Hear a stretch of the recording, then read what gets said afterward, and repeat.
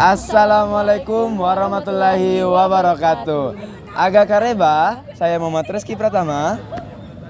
Saya Aminati Fitri Amalia. Saya Agnes Palalangan. Kami dari kelompok 3 akan melakukan sesi wawancara terkait pemenuhan hak asasi manusia di lingkungan kampus yang bertepatan di Fakultas Ilmu Sosial dan Ilmu Politik.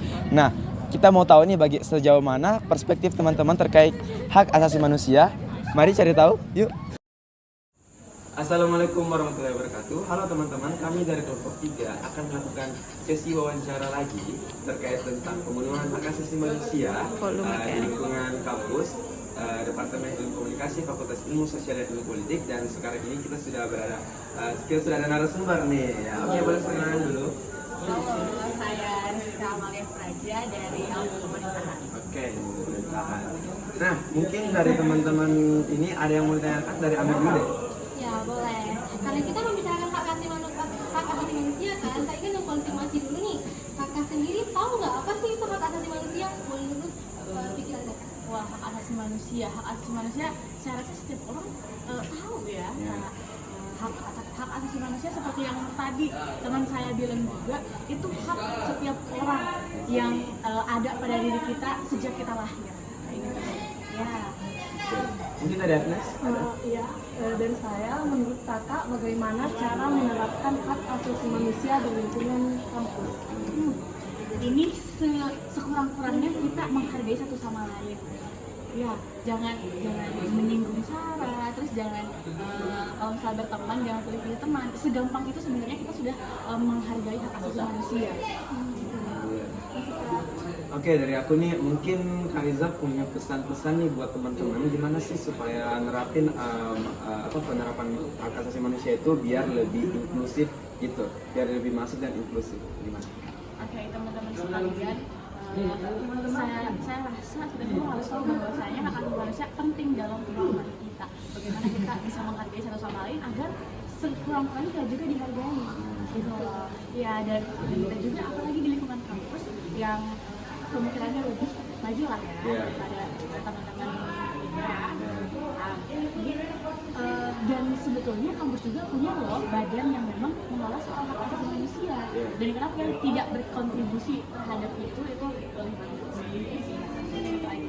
Oke deh, baik Karisa, terima kasih banyak sih atas jawaban yang telah diberikan. Ini sangat membuka point of view kita terkait pemenuhan hak asasi manusia di kampus, yang dimana kita notabene melihat bahwa di kampus itu agak jarang ya pemenuhan hak asasi manusia gitu, agak kurang gitu. Nah, tapi ternyata di kampus sendiri sudah memiliki regulasi tentang bagaimana sih pemenuhan hak asasi manusia itu terpenuhi untuk mahasiswa sendiri. Oke, baik, terima kasih.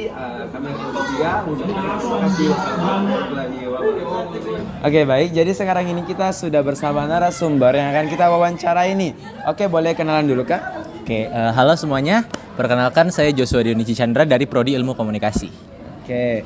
Nah, Kak, jadi ini akan dilemparkan beberapa pertanyaan oleh Kak Ami dulu. Silakan, Kak Ami. Jadi saya ingin mempertanyakan ini sama kakak. Pertanyaan pertama, apakah kakak tahu apa sih hak asasi manusia itu?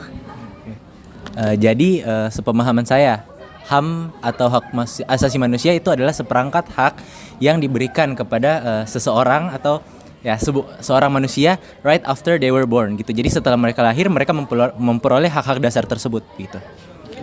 Berarti kakak punya pemahaman ya atas apa sih hak asasi manusia itu.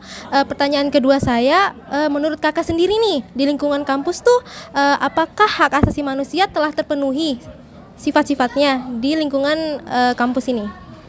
Jadi kalau kita lihat dulu pada dasarnya seorang manusia ketika dia diberikan sebuah hak, tentunya ada sebuah kewajiban yang harus dia penuhi juga.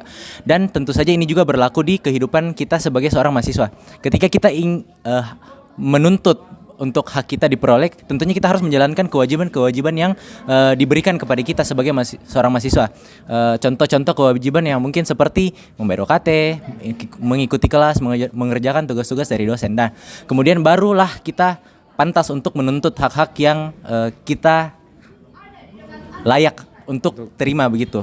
Dan menurut saya tentunya pemberian hak ini berjalan lurus dengan pemenuhan tanggung jawab dari mahasiswa tersebut. Jadi tentu saja di dalam lingkungan kampus sangat tergantung kepada bagaimana mahasiswa tersebut berhasil atau menyelesaikan kewajiban-kewajiban yang ia diberikan begitu. Oh, baik.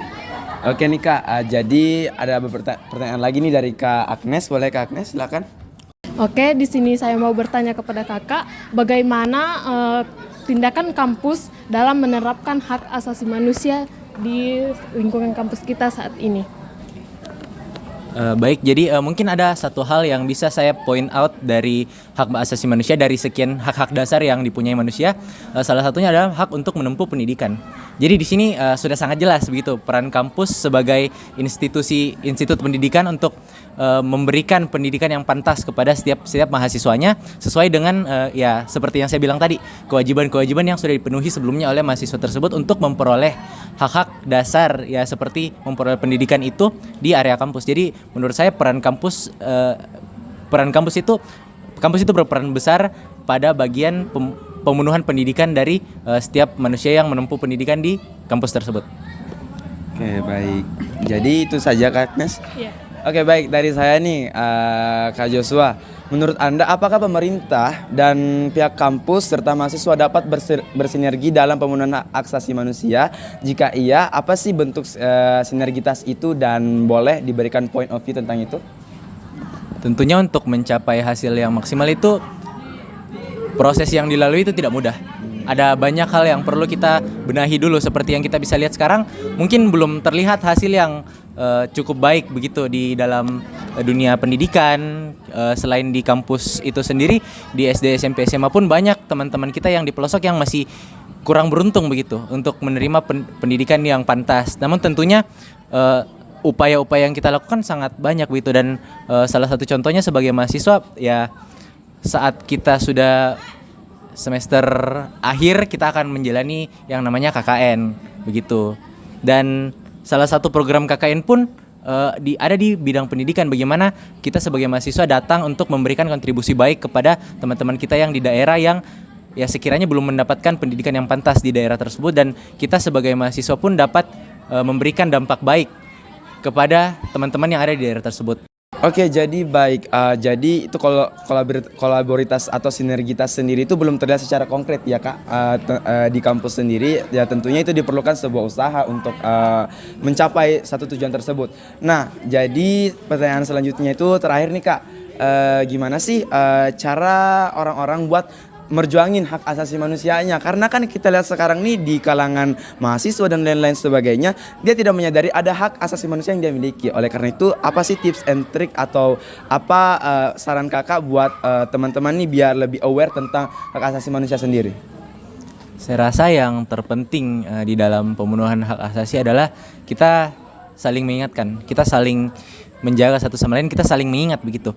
Percuma kalau semisal saya tahu, saya sadar saya punya hak, tapi teman-teman saya yang saya sadar bahwa mereka juga punya hak yang sama, tapi mereka tidak sadar, ya sepertinya sudah menjadi tanggung jawab saya untuk mengingatkan gitu. Jadi saya rasa hal yang terpenting di sini adalah sama-sama bertumbuh. Jadi di saat kita mempunyai keinginan atau motivasi untuk sama-sama mengingatkan orang lain, sama-sama mengajak orang lain untuk yuk kita sadar gitu. Ini hak-hakmu ini ada di sini, ada di situ. Jadi tentunya dengan efek domino yang ada jikalau kita setelah kita mengingatkan teman kita yang satu, teman yang satu pun bisa saling mengingatkan, dan itu menjadi efek yang membawa dampak besar bagi lingkungan tersebut. Terima kasih.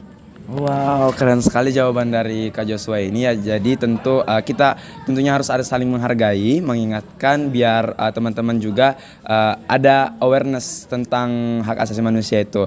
Baik Kak Joshua, kami mengucapkan terima kasih telah menjadi responden kami. Ya, semoga Kak Joshua dapat menjadi pelopor dari hak asasi manusia sendiri untuk teman-teman dan utamanya di lingkungan kampus. Dan sekian sesi wawancara dari kami. Lebih dan kurangnya mohon dimaafkan. Wassalamualaikum warahmatullahi wabarakatuh.